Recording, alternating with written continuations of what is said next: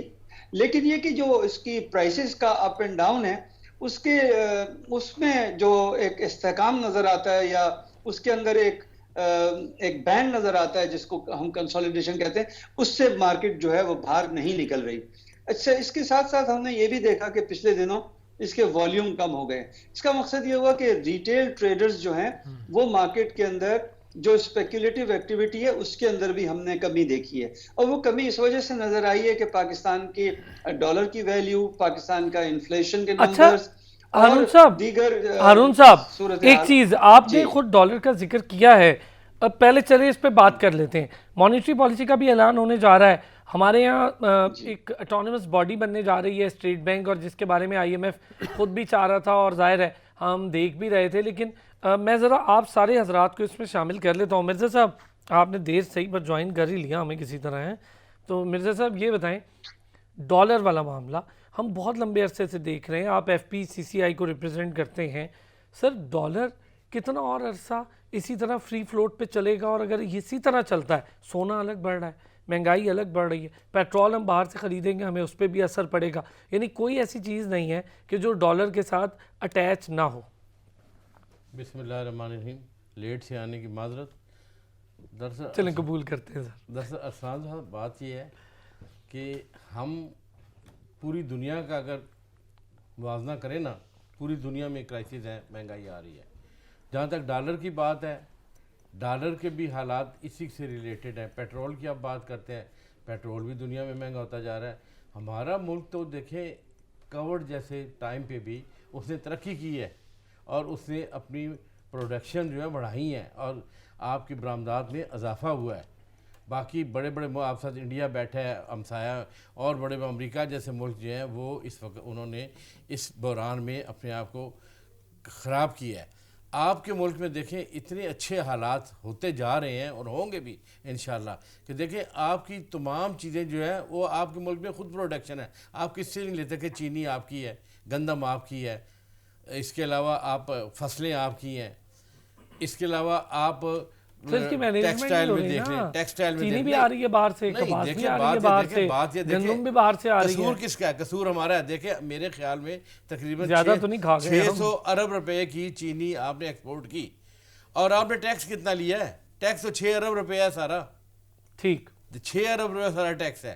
جبکہ یہ ٹیکس تو ملا ہی کوئی نہیں, اور یہ شور مچانا تو کسی کام کا نہیں ہے نا. اصل پالیسیز جب تک ٹھیک نہیں ہوں گی, جب تک حکومت کے پاس ایسے وسائل اور حالات پیدا نہیں ہوں گے. دیکھیں حالانکہ اس دور میں آپ کے سب سے زیادہ سے, کیونکہ انڈیا کی خرابی کے بعد سب سے زیادہ آرڈر آپ کو ملے, لیکن آپ جو ان آرڈروں کو پورا نہیں کر سکے کیونکہ آپ کے پاس میٹیریل ہی نہیں تھا. اصل چیز یہ ہے کہ اس ملک میں جب تک آپ بزنس مین کو خصوصی طور پہ اس کو عزت نہیں دیں گے اور اسے یہ ہر جگہ پہ چوروں سے نکالا نہیں جائے گا, اچھے الفاظ سے نہیں گنیں گے, تو یہ ملک کبھی ترقی نہیں کر سکتا. دیکھیں آپ کے سامنے ہے, اس دور میں بھی ترقی کی طرف جا رہا ہے. آپ کا اس وقت دیکھیں 3-4 ماہ میں ایف بی آر نے کتنا ٹارگٹ پورا کیا, جو پچھلے سالوں میں نہیں ہوا اس سال آپ کو ریونیو میں بڑھا. لیکن اس کا یہ ہے, میں یہ نہیں کہتا تاجر بھی غلط ہے, میرے سمیت کوئی تاجر بھی جو ہے وہ اس خواہش میں نہیں ہوتا کہ ٹیکس دوں. وہی ہم ٹیکس دیتے ہیں جس پہ ہمارے پہ گردن پہ ہاتھ رکھا جاتا ہے. اب یہ ہے کہ ہم دونوں نے, تاجروں نے بھی اور حکومت نے مل کے جب کوئی پالیسیز بنائی, کوئی پروگرام طے کیے, ایسے نہیں ہونے چاہیے کہ افسر شاہی وہاں پہ بیٹھ کے اپنی مرضی سے کو مسلط کر دے. ابھی دیکھیں وزیر اعظم کا وین اچھا ہے, وزیر اعظم 2 ملکوں میں ابھی گیا ہے, وزیر اعظم سری لنکا گیا, وزیر اعظم ازبکستان گیا, تاجکستان گیا, اب نائجیریا جا رہا ہے. لیکن ان 2-3 ملکوں جو گئے ہیں ان کے رزلٹ کیا ہے؟ 0. کیونکہ آپ جو بندے لے کے جاتے ہیں, ٹی ڈیپ آپ کا ادارہ جو لے کے جاتا ہے, آپ اس لیے جاتے ہیں کہ دوسرے ملکوں میں آپ کا بزنس بوسٹ کرے, آپ کے بزنس کے حالات اچھے ہوں, وہاں سے کوئی جائنٹ وینچر بنے, کوئی کمپنیاں بنے. اور یہاں سے جو جاتے ہیں لوگ, ٹی ڈیپ لے کے جاتی ہے, وہ ٹوٹلی 90% لوگ کچرا ہوتا ہے. اور ان میں تو گیا ہوں, یہ تو گورنمنٹ کی ذمہ داری ہے. گورنمنٹ کی ذمہ داری ہے, ہر فورم پہ لڑا ہوں میں, کامرس منسٹری میں ان سے لڑا ہوں, ان کے ایڈوائزر صاحب سے اس بات سے. اچھا میں مرزا صاحب, یہ جو ٹی ڈیپ والا معاملہ ہے نا, اس پہ تو آپ سے آج میں تھوڑا ڈیٹیل بات میری گزارش سنیں. دیکھیں میں بتاؤں, دیکھیں 240 بندے ازبکستان اور تاجکستان میں گئے ہیں, جن میں سے تقریباً 10% بھی لوگ اصلی نہیں تھے. ایک فارما انڈسٹری صحیح تھی, 1-2 اور تھے, باقی جتنے بندے بھی تھے گھومنے پھرنے والے تھے. اصل بات یہ ہے کہ جس وقت تک ٹی ڈیپ ایک آپ کے ملک میں ایک ایپیکس باڈی ہے, federation Pakistan chamber of commerce, ہمیشہ اس سے معاونت کر کے جایا جاتا تھا. اور اب یہ ہے کہ ٹی ڈیپ اپنے طور پہ سارے یہ کام کر رہی ہے. آپ یقین کریں کہ ابھی ایک چیمبر کا یہاں سے ایونٹ ہے اس مہینے کی 23-24 تاریخ کو سری لنکا میں, وہ 3 دن کے لیے تاجروں کو لے کے جا رہی, جینون تاجر اس کے ممبرز ہیں, سر راولپنڈی چیمبر جا رہا ہے جی لے کے جا رہی ہے. اس میں 1,40,000 روپیہ 5 اسٹار ہوٹل سٹے ہے, راولپنڈی سے آپ کو اٹھائیں گے, لاہور لے کے جائیں گے, لاہور سے وہاں جائیں گے, واپس آئیں گے, پک اینڈ ڈراپ کریں, 1,40,000. جبکہ ہم جو ازبکستان اور تاجکستان گئے وہ 2.5 لاکھ روپیہ خلاف انہوں نے ہم سے جہاز کا کرایہ لیا. کیوں کہ ٹی ڈیپ 20-30 سرکاری MNA MPA وزیر ان کے اپنا سٹاف گیا. ہم ابھی ایک ڈیلیگیشن لے کے گئے FPCCI بیلاروس وغیرہ, وہاں پہ ہم 55 بندوں کے ساتھ صرف 1 بندہ لے کے گئے ہیں. دیکھیں آپ کے وہاں پہ کمرشل اٹیچی بیٹھا ہے, وہاں پہ آپ کی ایمبیسی بیٹھی ہے, وہ فیسیلیٹیٹ کرے نا, وہ وہاں پہ ہیں, وہ وہاں گھومنے پھرنے کے لیے. اچھا ایک چیز بتائیں مرزا صاحب, چلیں میں اس سے تھوڑا سا آگے بڑھوں گا, آپ سے جانوں گا. یہ مسئلہ مجھے یاد ہے کہ پچھلے کافی عرصے سے ہم اپنے پروگرام میں بھی اس پہ بات کر رہے تھے. میں ذرا نعیم صاحب سے ایک ذرا ویو لے لوں. نعیم صاحب, ہارون صاحب والی بات تھوڑا سا آپ سے میں اس لیے ڈسکس کروں گا. یہ جو ڈالر ہے, ہم نے اس کو فری فلوٹ پالیسی کے تحت چھوڑ رکھا ہے. اچھا مانتے بھی نہیں, لیکن ہم نے چھوڑ رکھا ہے. کتنا اور عرصہ ہم اس کا دباؤ برداشت کریں گے, اور کیا آپ کو لگتا ہے, بالکل مجھے حقیقتاً بتائیے گا, کیا آپ کو لگتا ہے کہ ڈالر نیچے آئے گا؟ دیکھیے آج تک پاکستان کی تاریخ میں ڈالر جب ایک دفعہ اوپر چلا گیا تو نیچے تو نہیں آیا. اب ایشو کیا ہے بیسیکلی, اس پہ جو بیک اینڈ پہ جو ورکنگ ہے نا, وہ دیکھنے والی یہ ہے کہ ڈالر کے مضبوط ہونے کی وجہ کیا ہے. ایک تو دیکھیں IMF کا ایک پریشر تھا کہ آپ جو اپنا اسٹیٹ بینک ہے اس کو اٹونومس کریں, وہ آپ نے بل پاس کر لیا. اب اسٹیٹ بینک کے جتنے فیصلے ہوں گے نا وہ, لیکن شوکت ترین صاحب اس میں خوش نہیں ہے. نہیں خوش تو کوئی بھی نہیں ہے, لیکن یہ دیکھیں نا وہ کیا ہے, بیگر ناٹ چوزر والی بات ہے نا. تو جب آپ میں کوئی چیز امپلیمنٹ ہوتی ہے تو آپ کو وہ کرنا پڑتا ہے. اب جو ڈالر کے نیچے آنے کی کچھ وجوہات میں ایک وجہ تو یہ ہے کہ آپ کا کرنٹ اکاؤنٹ ڈیفیسٹ جو ہے وہ اس سال تقریباً $15 بلین کا ہوگا. مطلب آپ کی چلو فورن ریمیٹنسز بڑی ہیں, $30 بلین کا لگا لیں. آپ کے ٹیکسٹائل سیکٹر نے بڑا اچھا پرفارم کیا, بہت اچھا پرفارم کیا, اور جتنا بھی اچھا پرفارم کیا وہ شاید $30 بلین کو کراس نہ کرے. لیکن آپ دوسری سائڈ پہ دیکھیں کہ آپ کی امپورٹس جو ہیں وہ تقریباً پچھلے 4 ماہ میں $25 بلین کی ہوئی ہیں, اور شاید یہ جو کلوزنگ پہ آپ کی $75 بلین کی امپورٹ ہو جائیں. اور جب یہ ہو جائیں گی تو یہ جو کرنٹ اکاؤنٹ ڈیفیسٹ ہے, یہ $15 بلین ہے, یہ آپ کہاں سے لے کے آئیں گے؟ تو تو ایشو یہ پیدا ہوتا ہے کہ اب آپ اسٹیٹ بینک نئے نوٹ بھی چھاپ رہا ہے, سنا ہے کہ کوئی 2 ٹریلین روپیز کے نئے نوٹ بھی چھاپے جا رہے ہیں, تو اس سے مارکیٹ میں زیادہ انفلیشن بڑھے گا, سپلائی اینڈ ڈیمانڈ کے جو ایشوز آئیں گے. اگر اب اس ورلڈ وائڈ کووڈ کی وجہ سے کچھ فیکٹرز ایسے ہوئے ہیں, مطلب سب سے زیادہ اثر جو پڑا ہے وہ پڑا ہے مینوفیکچرنگ سائڈ پہ. اب مینوفیکچرنگ سائڈ کا جو امپیکٹ ہے وہ اب آنا شروع ہوا ہے. اس کے بعد دوسرا دیکھیں فریٹ بھی بڑا ایشو ہوا ہے, یعنی کہ جو $3,000 کا کنٹینر تھا وہ جا کے $12,000-13,000 پہ چلے گیا, آپ کی کاسٹ بڑھ گئی. اب یہ جو سارے فیکٹر ہیں اس کو گورنمنٹس کو چاہیے. اب گورنمنٹس کیا کر رہی ہیں اس وقت؟ دیکھیں ایک طریقہ تو یہ ہے کہ آپ اپنی امپورٹ کو کرٹیل کریں, جو کہ پاکستان گورنمنٹ نے بہت کرنے کی کوشش کی اور کر بھی رہی ہے, تاکہ آپ کا جو کرنٹ اکاؤنٹ ڈیفیسٹ ہے, یہ ٹریڈ ڈیفیسٹ ہے, اس کو کم کیا جا سکے. لیکن یہ بڑا مشکل ہے کیونکہ ہماری جتنی ایکسپورٹ ہے وہ امپورٹ بیسڈ ہے, یعنی کہ ہم مال منگاتے ہیں, را مٹیریل منگاتے ہیں, اس کی ویلیو ایڈیشن کرتے ہیں, اس کو ہم باہر بیچتے ہیں, تو امپورٹ ہماری کم ہو نہیں سکتی. تو جب تک ہم اپنی امپورٹ کو کرٹیل نہیں کریں گے, یا کوئی دیکھیں ہم سب بیٹھے ہیں, ابھی بھی عبدالرحمان صاحب نے بات کی پالیسی پالیسی پالیسی, سارا وقت ہم آپ کے پروگرام میں آگے یہ بات کریں حکومت پالیسی نہیں, ٹریڈ پالیسی نہیں ہے, امپورٹ پالیسی نہیں ہے, ایکسپورٹ پالیسی نہیں ہے. اب آپ دیکھیں کہ جو آپ کی پی سی ٹیز ہیں ان کی ابھی جیسے کسٹم نے کہا کہ جی ہم P F W Pakistan single window بناتے ہیں, وہ بن ہی نہیں سکتی. وہ کہتے ہیں 75 ادارے جس میں ڈی ریپ بھی شامل ہے, جس میں ڈی ریپ بھی شامل ہے, جس میں منسٹری, ان کو ہم ایک پیج پہ وہ لا ہی نہیں سکتے. مطلب ہم وہ باتیں کر رہے ہیں جو کہ جس کو کہتے ہیں نا وہ کوئی جنوں والی باتیں کر رہے ہیں. یہ ساری امپاسبل چیزیں ہیں, سارے ادارے ایک پیج پہ آ جیسے. اب سنگل ونڈو کا مطلب ہے کہ آپ ایک سائڈ سے شناختی کارڈ لے کے نکلیں, اینڈ پہ آپ کو لائسنس مل جائے. یہاں تو آپ کی جو پی سی ٹیز کی ویلیوز ہیں وہی مختلف دنیا کے ممالک کے حساب سے آپ کے کسٹم میں فیڈ ہوئی ہیں. تو بھی خدا کے لیے سب سے امپورٹنٹ ہارون صاحب کچھ شاید میرا خیال اس میں ایڈ کریں گے. ہارون صاحب سیم بات جو اس وقت چل رہی ہے, میں چاہوں گا آپ اس میں کچھ ایڈ اپ کرنا چاہیں. جی دیکھیں, میں یہی کہوں گا کہ اسٹیٹ بینک آف پاکستان نے جو کام اب تک کیے ہیں وہ قابل ستائش ہیں. دیکھیے انفلیشن کو کم کرنے کے لیے اور مارکیٹ کے اندر جس طرح ابھی ذکر کیا آپ نے, لیکوڈیٹی بڑھ رہی تھی, اس کے لیے کم کرنے کے لیے انہوں نے بینک کی ریزرو ریکوائرمنٹ کو 5 سے 6% کر دیا تاکہ منی سپلائی میں کچھ بہتری آئے. آج انٹرسٹ ریٹ کے حوالے سے ابھی آنے والا ہے لوگوں کا, جیسے کہ آپ نے خود بتایا کہ کنسنسس یہی ہے کہ تقریباً 0.5% کے لگ بھگ انٹرسٹ ریٹ جو ہے وہ اور بڑھے گا. تو دیکھیے ایکٹیو جو چیزیں کرنے کی ہیں وہ تو اسٹیٹ بینک کر رہا ہے, اور ہماری جو معیشت ہے میں یہ سمجھتا ہوں کہ وہ اب صحیح ہاتھوں میں موجود ہے. اور حالات پوری دنیا کے جس طریقے سے چل رہے ہیں, سپلائی کنسٹرین جیسے کہ لفظ استعمال کیا جا رہا ہے, شپس اینڈ چپس کا مسئلہ ہے ہر جگہ پر, اور یہاں تک کہ بچوں کے ٹوائز میں بھی آپ کو پتا شاید ہو کہ ایک ڈیفیسٹ چل رہا ہے. تو سوال یہی ہے کہ پوری دنیا میں ایک انفلیشنری اور سپلائی چین کی انٹرپشن کے وجہ سے, اور پاکستان میں ابھی دیکھیے کہ ہمارا جو ابھی آپ نے ڈالر کے بارے میں بات کی, ہمارے پاس جو ڈالر کا مستقل روپے کا گراوٹ ہے ڈالر کے مقابلے میں, اس کی ظاہری بات ہے کہ وجہ ہمارا کرنٹ اکاؤنٹ ڈیفیسٹ ہے. اب اس سال دیکھیے پچھلے 4 ماہ میں 15 بلین کا ہمارے پاس کرنٹ اکاؤنٹ ڈیفیسٹ تھا. اب سال کا یہ بنتا ہے تقریباً 45 بلین, 30 بلین کے قریب لگ بھگ ہماری ریمیٹنسز ہے. تو باقی کے اور ہمارے پاس جو ایکسپورٹ ہے وہ تقریباً 24 بلین کی ہے. تو یہ سب چیزوں کو ملا کے جو ہماری ریکوائرمنٹ ہے امپورٹ کی, وہ تقریباً 55 بلین کے لگ بھگ وہ پوری ہوتی ہے.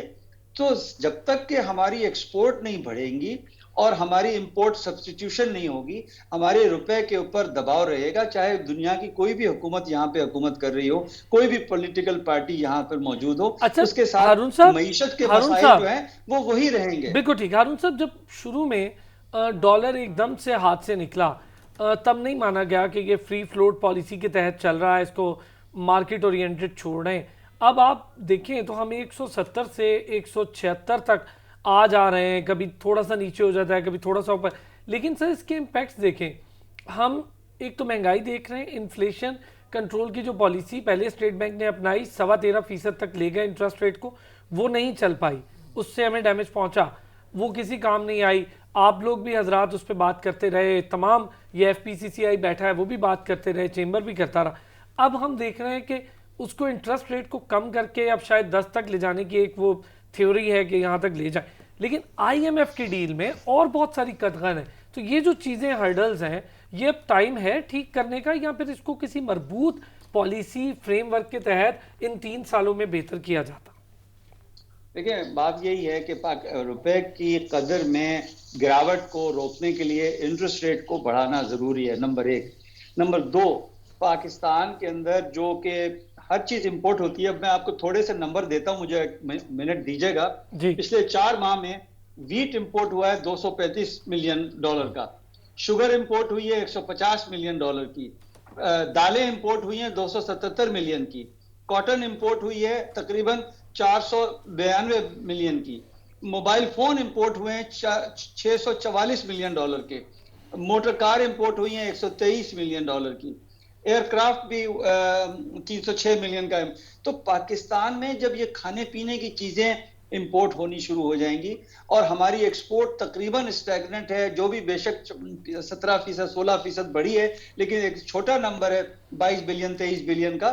ہماری ایکسپورٹ ہونی چاہیے تقریباً $100 بلین کی. تو سوال یہ کہ جب ہماری ایکسپورٹ جب تک بڑھے گی نہیں اور ہماری انڈسٹری کے اندر نئی نئی چیزیں جو کہ پوری دنیا کو چاہیے وہ بننی شروع نہیں ہوں گی، تو پھر ہمارے پاس تو یہ کرائسس رہیں گے.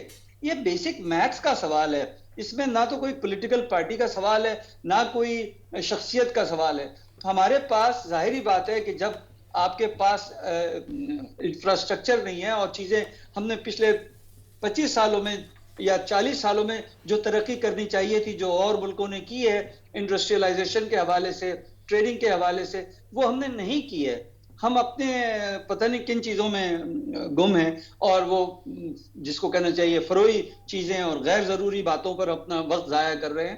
لیکن اصل کام یہی ہے کہ ہمیں مل کے بیٹھ کے اور اپنی انڈسٹری کو فروغ دینا کیسے چاہیے اس پر بات کرنی چاہیے. اور معیشت کے حوالے سے میں سمجھتا ہوں کہ ہمیں نان پولیٹیکل بیسس کے اوپر سوچ سمجھ کے آگے بڑھنا چاہیے. جب تک کہ یہ ہم نہیں کریں گے، اب اس وقت تک جو ہے وہ ہم اس مسئلے کے اندر پھنسے رہیں گے. سر آپ کی بات درست ہے، ہم ان مسائل میں پھنسے رہیں گے. مرزا صاحب جی ہاں، بطور ایف پی سی سی آئی ریپریزنٹ، ایک چھوٹا سا بریک لے لوں. میں ذرا بریک سے واپس آتا ہوں تو آپ سے یہ بھی جانتا ہوں، ایک تو 2 مسائل ہیں. ٹی ڈیپ والا مسئلہ کہ آپ نے حکومت سے یہ معاملہ اٹھایا تو کیا رزلٹ آیا. دوسرا انڈسٹریلائزیشن کے لیے کیا کچھ اب تک ہوا ہے. آپ لوگوں سے بہتر تو کوئی نہیں جانتا ہوگا، ظاہر ہے ڈائریکٹلی آپ باڈی ہیں جو تاجروں کو ریپرزینٹ کرتی ہے. واپس آتے ہیں بریک سے تو اس پہ بات کرتے ہیں.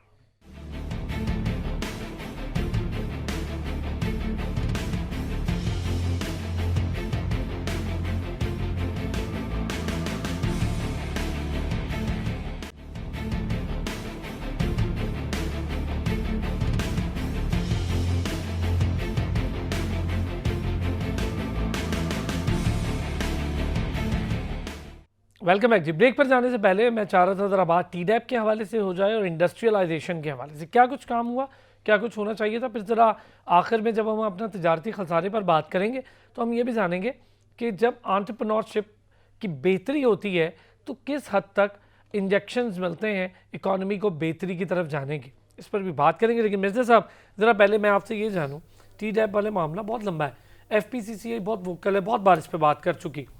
اب یہ معاملہ گیا کس طرف؟ کیا گورنمنٹ سے کوئی بات ہوئی ہے؟ سر بات یہ ہم نے پرائم منسٹر کو بھی بتایا کہ پرائم منسٹر کو اندھیرے میں رکھا جاتا ہے، نیچے جو بیٹھے ہوئے ہیں سب اچھا کی رپورٹ اسے دیتے ہیں.